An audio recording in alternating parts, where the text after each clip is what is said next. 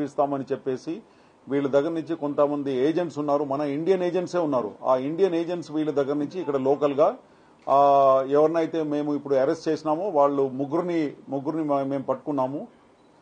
వాళ్ళు వీళ్ళ దగ్గర నుంచి అన్ఎంప్లాయిడ్ యూత్ దగ్గర నుంచి 1.5 lakhs చొప్పున కలెక్ట్ చేసుకొని తర్వాత 1.5 lakhs లో 80,000 కాంబోడియా వాళ్ళకి ఇస్తారు. ఎవరికి? కాంబోడియా వాళ్ళకు.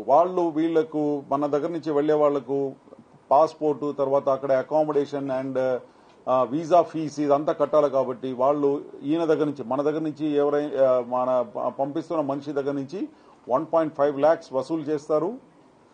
దాంట్లో 80,000 కాంబోడియా వాళ్ళకి పంపిస్తారు. కాంబోడియాలో ఫర్దర్ ఏజెంట్స్ ఎవరైతే ఉన్నారో వాళ్ళకు 80,000 పంపించేసి వీళ్ళు 70,000 ప్రాఫిట్ రూపంలో వీళ్ళ దగ్గర పెట్టుకుంటారు. ఆ విధంగా ఉన్న ముగ్గురు ఏజెంట్స్ ఎవరైతే దాదాపు 150